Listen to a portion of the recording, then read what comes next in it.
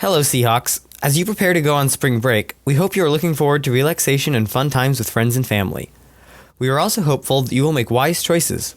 Over the past few years, social media has continued to be a challenge for some students, and the ramifications can be serious, impacting your disciplinary record, your college and career goals, and even resulting in police involvement.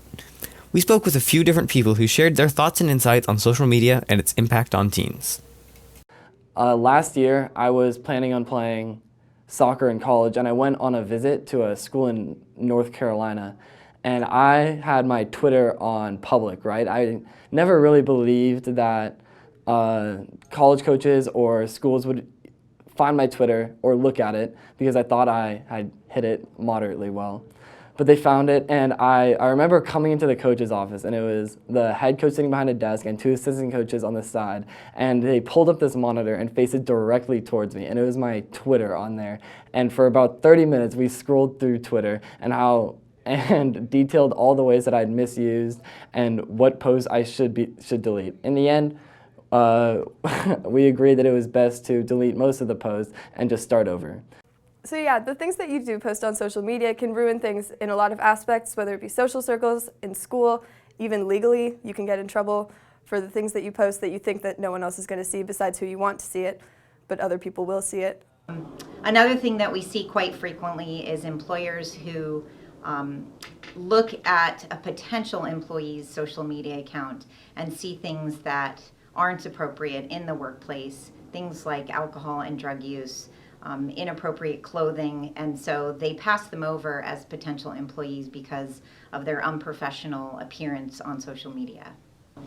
I think some of the misconceptions that teens have as far as social media and the legal side of things is that what they post, or a lot of the things that they post or distribute or send out into the world, in a sense, it won't affect them at all.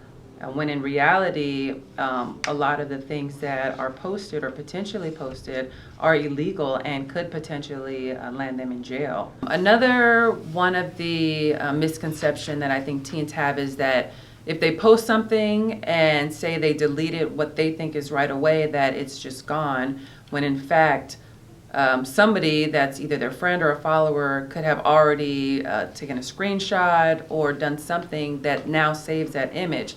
The internet is forever, so if you post something, you need to be aware that it may be there forever.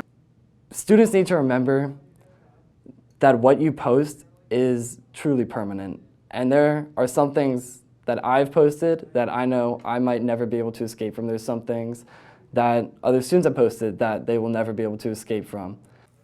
I mean, a lot of people think that when they post things on their Finsta or they just send Snapchats that no one's going to see it again, and that is super temporary, but things really aren't that temporary. They can stick around for a while and, mess things up in the future, whether it be like in school or your social circles or just in your future in general. Bad things can happen. Well, one important thing to remember is that employers often do look at social media accounts when an employee is applying for a job or when a prospective employee is applying for a job. So students should always be aware that their social media profiles and how they're branding themselves through social media is definitely looked over by potential employers. One common mistake that we see students make when they do get a job is, for instance, calling in sick, which we encourage students to do if they're going to be missing work. However, then 2 hours later, they're posting on their Instagram page that they're at a party. And employers are definitely, they have access to your social media accounts if you're letting them. So it's important to either privatize your accounts so that you know that you can control who's seeing it, or to keep your social life completely off of your professional social media pages. People can get their first impression of you from that, or totally judge who you are as a person. Some things that employers look for, we tell students the three big ones are: always present yourself as likable, presentable, and employable. And that means that you are friendly and upbeat, that you know what it's like to be presenting yourself in the workplace, and that you're available. So when an employer is going onto your social media accounts, they can see you as a professional employee who knows how to behave properly in the workplace, and avoids things like inappropriate hashtags, clothing, any sort of drug use or alcohol use on your social media accounts. Anything that's going to represent an employer badly is something that employees should avoid. Another important component for students to remember is that even if they're privatizing their own social media accounts, if they're allowing friends or other people to tag them in their social media accounts, that they're not completely controlling their social media footprint. So it's important to go back and make sure that you have full control of what you look like out in the digital space.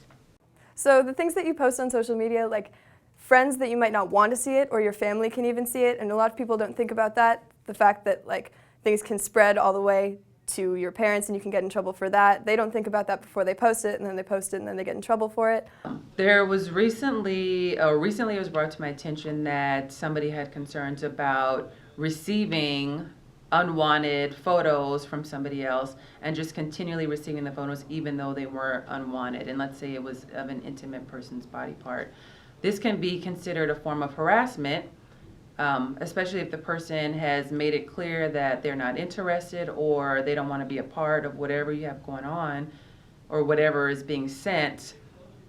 You could be potentially liable or named in a police report if you don't stop, because harassment via any form is a crime. Anybody cannot post things about somebody else, harass somebody, stalk somebody, like injure somebody, threaten somebody, be it in person or electronic, without it being some sort of crime. So if any of these things are going on, they can have a potential for law enforcement interaction.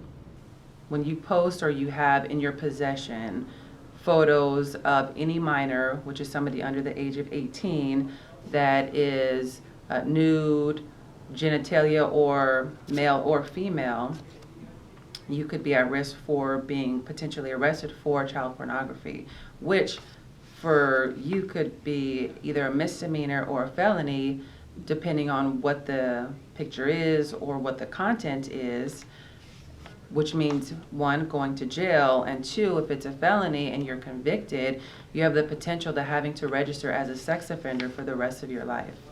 Right now, we're growing up in an era of social media usage and widespread technology that we've never seen before. There's not been a generation that has grown up with the potential ramifications of social media use that we have. It's an experiment. We are this experiment. We are the guinea pigs. And so we truly don't know what we post is going to affect us later in life. Being the first generation, growing up with this, growing up with our entire lives documented on social media, whether you think that's true or not, whether you delete or post or not, it's always out there.